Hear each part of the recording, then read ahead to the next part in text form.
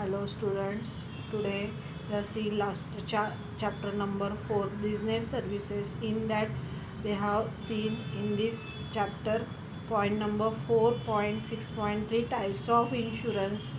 In last lecture we have seen various principles of insurance, and then today we have seen types of insurance. First is life insurance. The life insurance means it is the contact between insured and insured persons, which is seen in last lecture. Then next point, today we have seen marine insurance. What is the mean by marine insurance?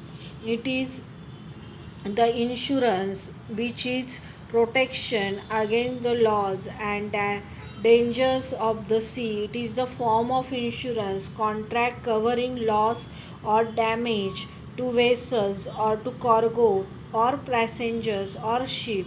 All the principles of insurance are applicable to marine insurance contract. There is a points types of marine insurance policies.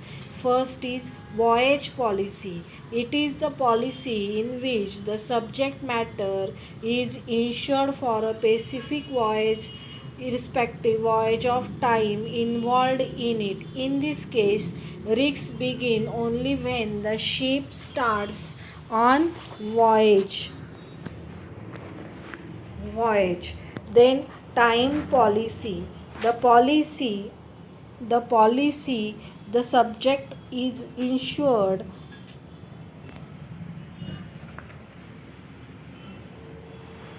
the policy subject is insured that time policy. In this policy the subject matter is insured for the for insured for a specific voyage of time and period. The risk is depends upon this policy holder. Next is time policy.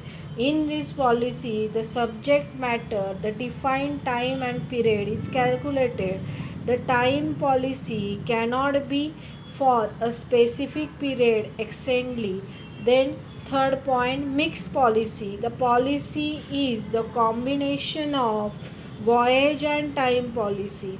It therefore the cover the risks of both particular voyage and for a specific period of time.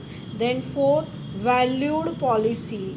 Under this policy, goods are insured for agreed value between the insured and insured on the time of taking policy.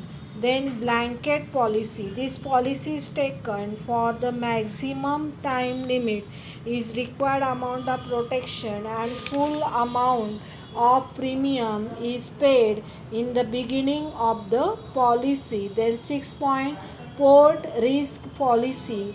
Port risk policy covers all types of risks of vessels while it is insured at the particular period of time. Then composite policy. This type of policy is purchased from more than one insured.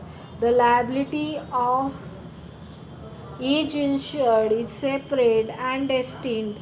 This policy is taken when the amount of insurance is very high. Then 8 point, single vessel policy.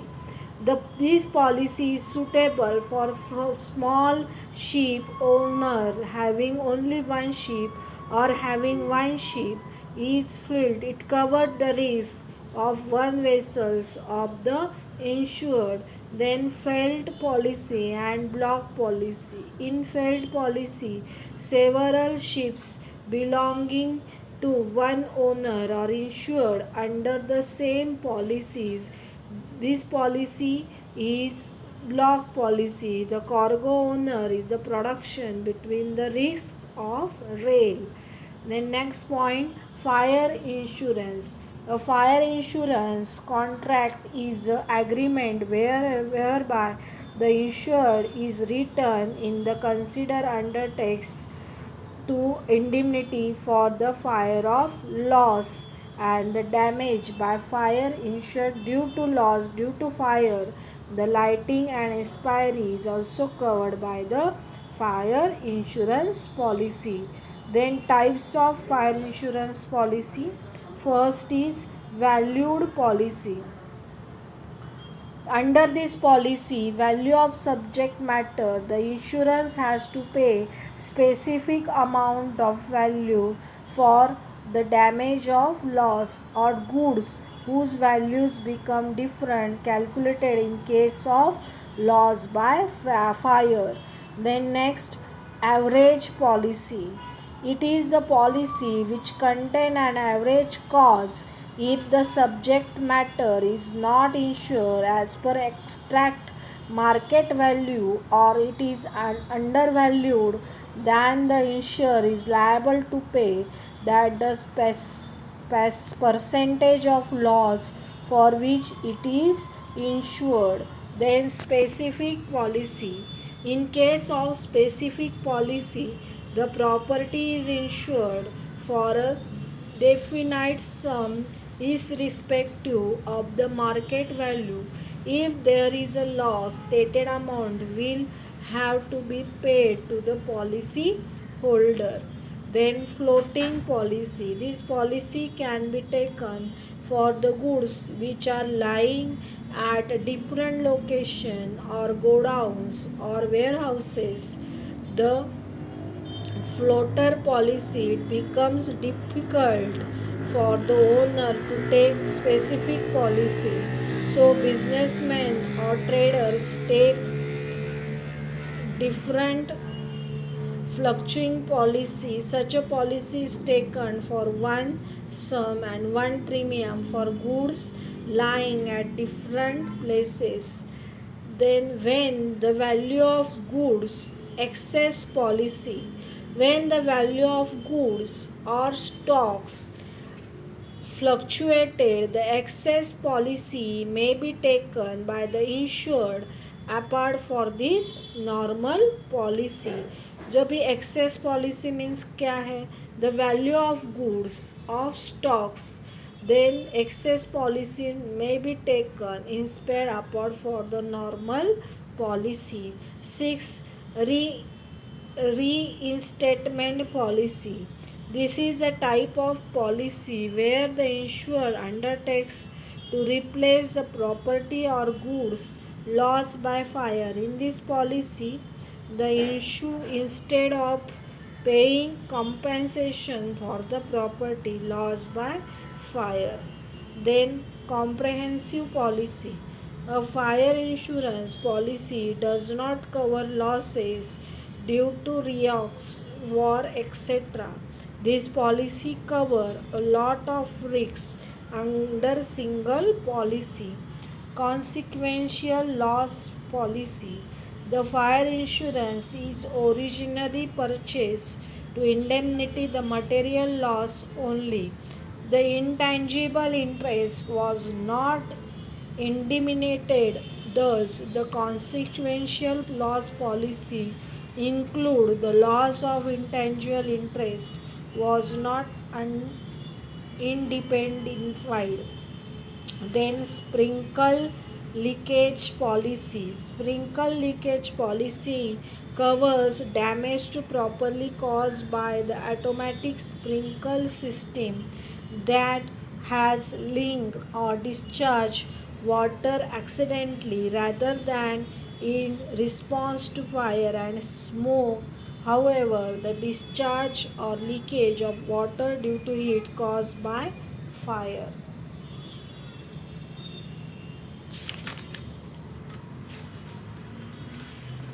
Then port risk policy. The port risk policy covers all type of risks of vessels. It is calculated for particular period of time. This policy is particularly for departure of the vessels from time to time. 7. Composite policy. This type of policy is purchased from more than one insured. The liability of each policy is separate and distinct. Single vessel policy. This policy is suitable for some ship owner having only one ship or having one ship. Fleet policy and block policy. In fleet policy, several ships belonging to one owner are insured under the same policy, block policy. Then next, fire insurance, meaning a fire insurance contract between the agreement where the insurer return the sum amount which is fired by laws. Types of fire insurance policy. First is valued policy. Under this policy, value of the subject matter of insurance is agreed for the contract. The insurer has to pay specific amount of value in respective cost due to fire. Second, average policy. This policy which contains an average cost if the subject matter is not insured as exact market value on this undervalued, then the insurance is liable to pay the percentage of loss. Specific policy. In this case, the specific policy, the property is insured for the definite sum is respective of market value. If there is a loss, stated amount will have to pay the specific policy holder. Then floating policy. The policy can be taken for the goods which is lying at different location or godowns or warehouses, since the quality of goods lying at different locations fluctuate from time to time. It becomes difficult for the owner to take specific policies, so businessmen or traders take fluctuating policy. Then excess policy. When the value of goods or stocks fluctuates, then excess policy may be taken by insured. Apart from normal policy, the insured will take two policies. 6. Reinstatement policy. This is a type of policy where the insured undertakes to replace the property or goods lost by fire. In this policy, instead of paying compensation, then comprehensive policy. Normally, the fire insurance policy does not cover losses due to risks, war, etc. However, this policy covers a lot of risks under single policy. 8. Consequential loss policy. The fire insurance is originally purchased to indemnity the material loss only. The intangible interest was not indetermined. Sprinkle leakage policy. Next, sprinkle leakage policy covers damage is properly caused by an automatic sprinkle system that has leaked or discharged water accidentally rather than in response to fire and smoke. Then next point, transport. The transports mean the movement of people, animal, goods from one location to another. It defined as carrying the goods and people from one place to another. This the mode of transport is road transport, rail transport, air transport, water transport, and monorail and metro, ropeways, Piniline, pipeline. Then next first is road transport. In this every road transport is in every transport there is advantage and disadvantage. It's most important. Then first is road transport. Road transport means to connect the people from work or surplus on the land. It provides all our continuity for one mode of transport. Various means of transport are used in road transport such as bullock cars, cycles, rickshaws, buses, cars, etc. Then advantage of road transport is it is cheap mode of transport as compared to other mode of transport. Then goods can be transferred at a faster speed by road carriage over a short distance. Then it is flexible mode of transport as loading and unloading is possible at only destination. Then disadvantage, due to limited carrying capacity, road transport is not economical for long distance transportation. Transportation of heavy and bulky goods through road transports involves high cost. Road transport is affected by adverse weather conditions such as floods, rain, landslides, etc. Then rail transport, the transportation of goods and passengers on rail lines through trains is called as rail transport. It occupies an important place in land transport system of our country and is most dependable mode of transport. Advantage, it is convenient mode of transport for traveling long distance. It is suitable mode of transport for carrying heavy and bulky goods. Then third, it is faster mode of transport as comparingly to road transport. Then it operation is less affected by adverse weather conditions. It ensures safety and security of goods. Disadvantage, it is costly for carrying goods and passengers. It is not available in remote parts of the country. It involves heavy losses of life as well as goods in case of accident. The time flexibility is not important for trains are running as specific per their fixed time. It does not provide door to door services.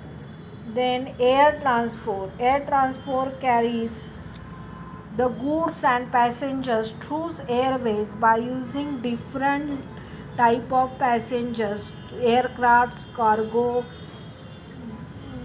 aircraft, helicopters, etc. It is the fastest mode of transport. It is not provide door to door services. The transport in case of air transport is classified into domestic transport and it is most important. It is classified into two types. First is domestic and then international transport. It carries fixed air routes. Then disadvantage of this air transport is it is faster means of transport among all means of transport. Air transport plays vital role or important role for emergency situations. As air transport use natural ways, no specific constructions of routine requires. It is less polluting as compared to road transport. Disadvantage, it is relatively expensive mode of transport. It is affected by adverse weather conditions. It is not suitable for short distance. It requires huge investment cost such as constructions of air transports, runways, air traffic control tower, etc. Air transport is subject to international restrictions as aeroplanes of such a nation are not offloaded by the flyover other countries. Water transport refers to movement of goods and passengers on waterways by using various means like boats, steamers, launches, ships, etc. Advantage, it plays the next play heads of this means goods and passengers are carried to different places. Both of these transports known as inland water transport. Advantage, it is relatively economic mode of transport by heavy goods. It is safe mode for transport. It helps promote international trade. There is no cost of maintaining of routes. Most of them are naturally made. It offers more flexible as compared to rail transport. Disadvantage, It does not provide door to door services. It get heavily affected by adversity. It is comparatively slow moving transport. More investment cost is involved in term of sports. It is subject to perils of seas.